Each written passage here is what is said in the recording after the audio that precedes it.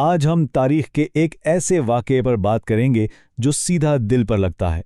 ایک ایسی کہانی جہاں خون کے رشتے نے سب سے بڑی غداری کی اور آسمان سے اس پر ایک اٹل فیصلہ نازل ہوا۔ جی ہاں، ہم سورہ المسد اور ابو لہب کے بارے میں یہ تجزیہ شروع کرنے والے ہیں۔ ذرا سوچئے، جب اپنے ہی جانی دشمن بن جائیں تو انجام کیا ہوتا ہے؟ ہلاکت ہو تمہاری! کیا تم نے ہمیں صرف اس لیے یہاں اکٹھا کیا تھا؟ یہ کوئی عام الفاظ نہیں تھے، یہ دردناک الفاظ تھے ابو لہب کے۔ جب نبی کریم صلی اللہ علیہ وسلم نے اپنی قوم کو صفا کی پہاڑی پر حق کی دعوت دینے کے لیے بلایا تو بھاری مجلس میں ان کے اپنے چاچا نے ان کا کھلے عام مذاق اڑایا۔ ایک چاچا کا اپنے سگے بھتیجے پر یہ پہلا اور سب سے ذلیل کرنے والا وار تھا۔ حصہ اول، کوہ صفا پر اجتماع۔ چلیے ذرا اس منظر کو گہرائی سے سمجھتے ہیں۔ یہ کوئی چھوٹی موٹی مخالفت نہیں تھی، بلکہ ایک نہایتی ذاتی اور عوامی ٹکراؤ تھا۔ اس صبح کے منظر پر ذرا غور کیجیے۔ تاریخ کا ایک عظیم باب لکھا جا رہا تھا۔ صبح سویرے نبی کریم صلی اللہ علیہ وسلم صفا کی پہاڑی پر چڑھتے ہیں، اپنی قوم کو روایتی انداز میں آگاہ کرتے ہیں، پکار لگاتے ہیں، یا صباحا! قریش کے سبھی قبائل ان کی آواز پر اکٹھے ہو جاتے ہیں، پھر وہ انہیں آنے والے ایک سخت عذاب سے ڈراتے ہیں۔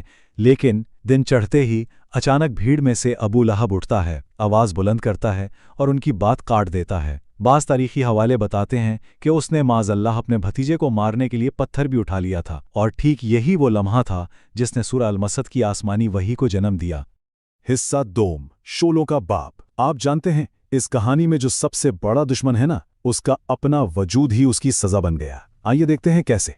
دیکھیے، ابو لہب کا اصل نام تھا اب العزا۔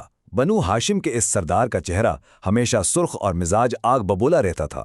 اسی غصے اور سرخی کی وجہ سے لوگوں نے اسے ابو لہب کہنا شروع کر دیا، جس کا لفظی مطلب ہے آگ کے شعلوں کا باپ۔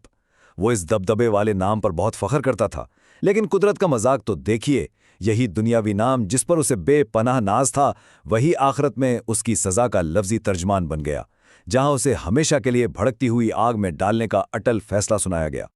ذرا اس بات پر گہرائی سے سوچئے، ایک فنی انسان کی بددعا کا جواب ٹھیک ویسی ہی آسمانی سزا کی صورت میں کیسے ملتا ہے؟ ابو لہب نے عوام کے سامنے اپنے بھتیجے کو بددعا دی تھی کہ ہلاکت ہو۔ ٹھیک اسی وقت سورہ المسد نے اعلان کر دیا، تبت، یعنی تباہ ہو گئے ابو لہب کے دونوں ہاتھ اور وہ خود بھی ہلاک ہو گیا۔ اس کے الفاظ کو آسمان نے ٹھیک اسی کے اوپر پلٹ کر رکھ دیا۔ حصہ سوم، دولت نہیں بچا سکتی۔ سورہ المسد کی دوسری آیت انسانی غمنڈ کو بالکل زمین بوز کر دیتی ہے۔ یہ آیت یاد دلاتی ہے کہ آسمانی انصاف کے آگے دنیاوی دولت کی اوقات کیا ہے۔ ابو لہب مکہ کا کوئی عام شہری نہیں تھا۔ کعبہ کی تجارت کی وجہ سے اس کے پاس بے حساب دولت تھی۔ بنو ہاشم قبیلے کا سردار ہونے کے ناطے اس کا مقام بہت اونچا تھا، اور سب سے بڑی بات، اسے اپنے جوان بیٹوں عتبہ، عتیبہ اور معتب پر سخت گھمنڈ تھا۔ اس کا یہ دعویٰ تھا کہ اگر اس پیغام میں کوئی عذاب ہوا بھی تو وہ اپنی دولت اور اپنی اولاد فدیے میں خرید کر خود کو بچا لے گا۔ لیکن قرآن کی اس آیت کے الفاظ سنیں کتنے بھاری ہیں۔ ما اغنا عنہ مالہ وما کسب، یعنی نہ تو اس کا مال اس کے کام آیا اور نہ ہی اس کی کمائی۔ ایک اتنا طاقتور، اتنا امیر شخص آخرکار خدا کے انصاف کے سامنے بالکل کنگال اور بے بس ثابت ہوا۔ یہ سبق چیخ چیخ کر بتاتا ہے کہ دنیاوی تکبر کا آخری انجام کیا ہوتا ہے۔ اس طرح کی مزید گہری اور روحانی وضاحتوں کے لیے اس چینل پر جڑے رہیں۔ ہمارے ساتھ اس سفر کا حصہ بننے کے لیے ابھی سبسکرائب کریں۔